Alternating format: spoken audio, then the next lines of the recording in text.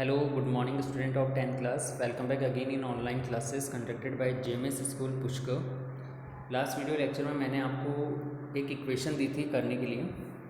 एक बार देख लेते हैं, इसको सॉल्व कर लेते हैं. H2O हमेशा H प्लस में और OH माइनस में डिसोसिएट होता है, क्योंकि H2O H प्लस डोनेट करता है इसलिए ये एसिड है, और NH3 H plus ion accept करता है और क्या बना लेता है, NH4 बना लेता है. तो NH3 बन जाता है बेस, क्योंकि ये प्रोटोन एक्सेप्टर है और H2O प्रोटोन डोनर है, डोनेट कर रहा है NH3 को, इसलिए एसिड है. ठीक है, तो इसको देख लेते हैं, एक बार समझ लेते हैं. यहाँ से जो OH माइनस आयन है ये कॉन्जुगेट बेस की फॉर्म में रहते हैं. NH3 accept H plus ion from H2O to form NH4 plus, so NH3 is base and H2O is acid. NH3 H plus ion accept करते हैं H2O से और क्या बनाते हैं, NH4 प्लस बनाते हैं, इसलिए NH3 बेस है और H2O acid. Conjugate acid NH3 accept H plus ion to form NH4 plus. NH3 H plus ion accept करते हैं और क्या बनाते हैं, NH4 प्लस बनाते हैं. It is called conjugate acid. इस NH4 को क्या बोलेंगे, conjugate acid. NH3 NH4 plus is called base conjugate acid pair, और इन दोनों की जो पेयरिंग है NH3 और NH4 ये से बोलेंगे base conjugate acid pair, conjugate base.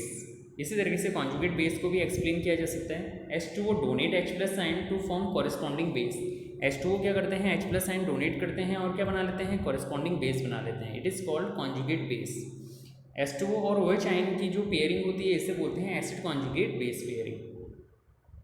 इस थ्योरी का ड्रॉबैक क्या है, this theory is applicable only for protic substance. ये थ्योरी केवल प्रोटिक सब्सटेंसेस जैसे HCl H2SO4 पर ही एप्लीकेबल थी. This theory is not applicable for aprotic substance. ये थ्योरी एप्रोटिक सब्सटेंसेस पर एप्लीकेबल नहीं थी, जैसे CO2 SO2 etcetera. This theory is applicable only for acid base pairing. ये थ्योरी एसिड बेस पेयरिंग पर ही work करती थी. जैसे ऊपर हमने पढ़ा था, यहाँ पर एसिड बेस साथ साथ होने ज़रूरी हैं, तभी ये थ्योरी वर्क करती है. लुईस कॉन्सेप्ट, ब्रॉन्स्टेड-लोरी कॉन्सेप्ट के बाद में लुईस कॉन्सेप्ट थ्योरी आई. इसने ब्रॉन्स्टेड-लोरी कॉन्सेप्ट के ड्रॉबैक को दूर किया. This theory was given by Lewis in 1923. 1923 में लुईस ने लुईस कॉन्सेप्ट दिया. According to this theory acids are electron pair acceptor and bases are electron pair donor. तो उन्होंने एसिड और बेस को इस तरह से डिफाइन किया, जो सब्सटेंसेस इलेक्ट्रॉन पेयर एक्सेप्टर होते हैं, जो एक्सेप्ट करते हैं इलेक्ट्रॉन पेयर को, वो तो कहलाते हैं एसिड्स, और जो इलेक्ट्रॉन पेयर डोनेट करते हैं वो कहलाते हैं बेस. तो एसिड को लुईस एसिड और बेस को लुईस बेस कहा गया.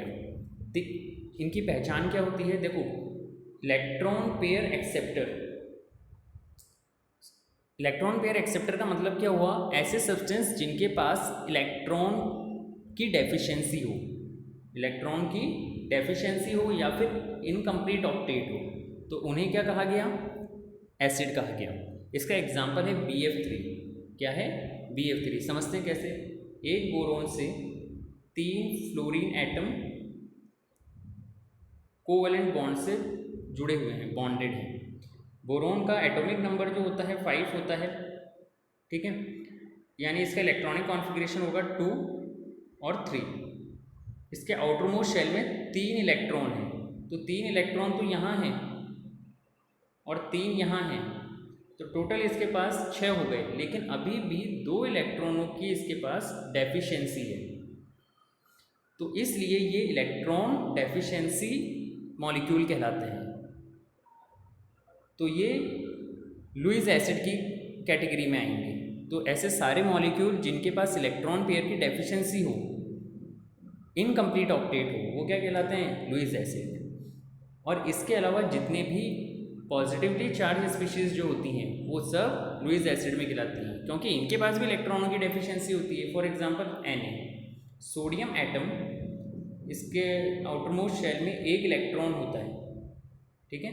ये 1 इलेक्ट्रॉन डोनेट करने के बाद में Na प्लस बना लेता है. अब इसका आउटरमोस्ट शेल क्या रह गया, 2 और 8, ठीक है, 2 और 8. तो इसके पास भी इलेक्ट्रॉनों की डेफिशिएंसी है. इसके पास क्या है, इलेक्ट्रॉनों की डेफिशिएंसी है. इसलिए जितने भी कैटायन होते हैं वो सब किस में आते हैं, लुईस एसिड में आते हैं, ठीक है। इसके जस्ट अपोजिट होते हैं Lewis base, they have lone pair electron. यहाँ देखो लुईस एसिड में तो इलेक्ट्रॉनों की डेफिशिएंसी थी, यहाँ पर लॉन पेयर इलेक्ट्रॉन होते हैं, फॉर एग्जांपल H2O और NH3।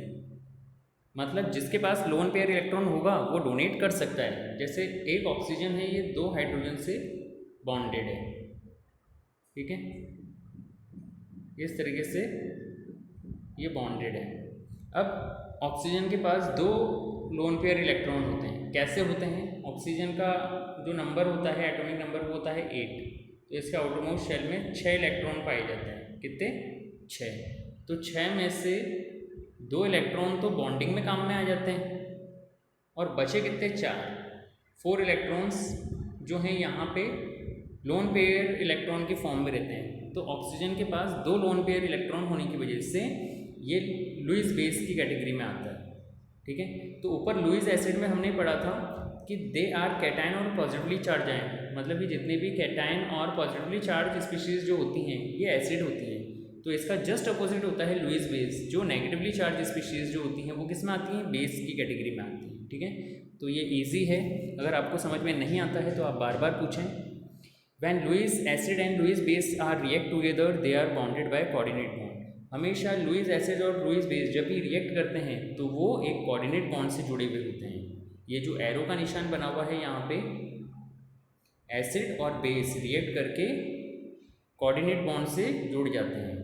ये एरो का निशान यहाँ पर कोऑर्डिनेट बॉन्ड को रिप्रेजेंट करता है, ठीक है। एडवांटेजेस क्या हैं इसके कि इस थ्योरी की हेल्प से प्रोटिक और एप्रोटिक दोनों तरह के सब्सटेंसेस को एक्सप्लेन किया जा सकता है, उनके एसिडिक और बेसिक बिहेवियर को समझाया जा सकता है, ठीक है। अगर आपको ये थ्योरी फिर भी अच्छे से समझ में नहीं आई है तो आप क्वेरीज़ कीजिए, क्योंकि जब तक आप क्वेरीज़ नहीं करेंगे आपको ये थ्योरी समझ में नहीं आएगी। आप फर्स्ट टाइम ये चैप्टर पढ़ रहे हैं इस तरह का, तो आपको स्टार्टिंग में थोड़ी प्रॉब्लम आएगी, लेकिन रिविज़न से आपको कॉन्सेप्ट क्लियर होते जाएंगे। तो आप क्वेरीज़ कीजिए, क्वेश्चन पूछिए और केवल वर्क कंप्लीट करने पर ही फोकस ना करें, ठीक है। आपको समझ कर पढ़ना है। आगे आपका कोर्स बहुत ज़्यादा लेंदी है 10th क्लास, इसलिए आपको समझ कर अच्छे से करना है। Okay, bye, good bye.